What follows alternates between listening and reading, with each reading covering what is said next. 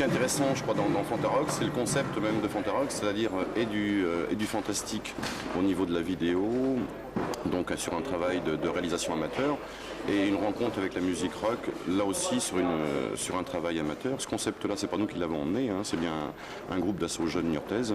Il y a eu un réel partenariat d'organisation entre les deux structures, c'est-à-dire que nous on a su amener très certainement des exigences plus professionnelles qui peuvent, on verra ce soir, ramener qu'un public plus nombreux, parce qu'à mon avis, ils vont être certains de rencontrer une manifestation qui va avoir une réelle valeur maintenant, quoi.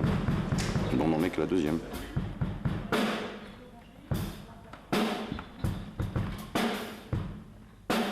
Mais ce que l'on va faire en fait, c'est une bande son pour un film amateur, hein, donc qui lui est sans son, hein, donc comme un film muet en fait. Et on est chargé de faire ce qui nous est passé par la tête d'abord, le bruitage, l'accompagnement musical en fonction des rythmes de scène. Cette bande son va se faire commencer. C'est-à-dire que cette bande son, on l'a travaillée une 50aine d'heures avec un timing bien précis, en divisant par nombre de mesures, avec un tempo donné, et puis on espère que ça colle, quoi. Alors nous, on s'occupe essentiellement du côté musical, c'est-à-dire Fantarock est né à partir de l'asso HJC Pont-Vavas, vous avez dû croiser. Nous, on fait toute la partie musique, c'est-à-dire que dans Fantarock, il y a Fanta, c'est fantastique, cinéma, et rock, c'est toute la musique. Nous, on fait toutes ces branches-là, c'est-à-dire qu'on fait programmation, organisation technique, gestion de groupe, tout, même diffusion après le concert, après la manifestation, peut-être même le gagnant ira en studio, il y a plein de choses comme ça. Nous, on s'occupe de toutes ces branches-là.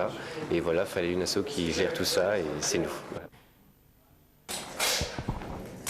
On attend du public, c'est une curiosité vis-à-vis des films qui se font en dehors de tous les circuits commerciaux, qui sont faits par des associations ou par des individus qui ont envie de faire un film.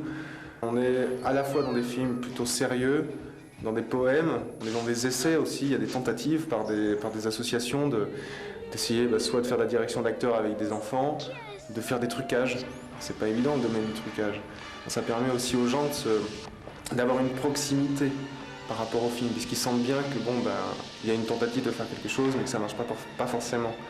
Si on voit Indépendance Day, c'est clair, ils en ont plein la gueule.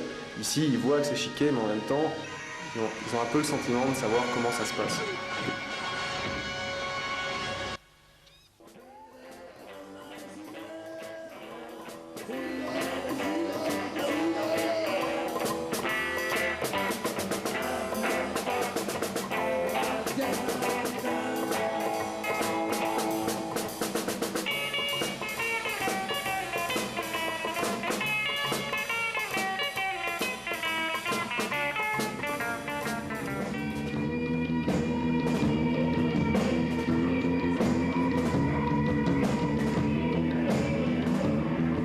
Je pense qu'il va venir du bien à Fantarock, en juger aux réactions positives du public. Enfin, il y a encore une heure et demie de manifestation, mais j'ai l'impression que ça va bien se passer.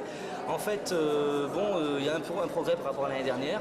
Nous-mêmes, on a peaufiné le concept. En fait, on a rajouté une synergie encore plus évidente entre le rock et le fantastique, notamment par le biais des concours de sonorisation de films muets, par le concours donc, de musique de films en direct. Et puis, donc, de notre part, un progrès, et le public est au rendez-vous encore plus que l'année dernière.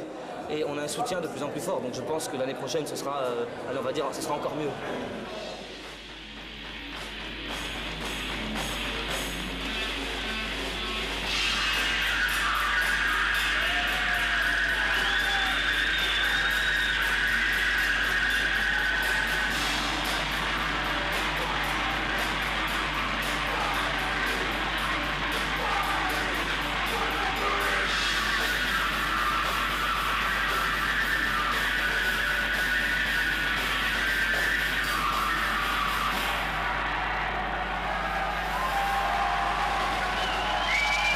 On va partir en session d'enregistrement à Poitiers dans un studio pour faire 2 titres masterisés et donc on met sur CD. Donc le gagnant ce soir c'est Celtics. La quête d'Éléonore.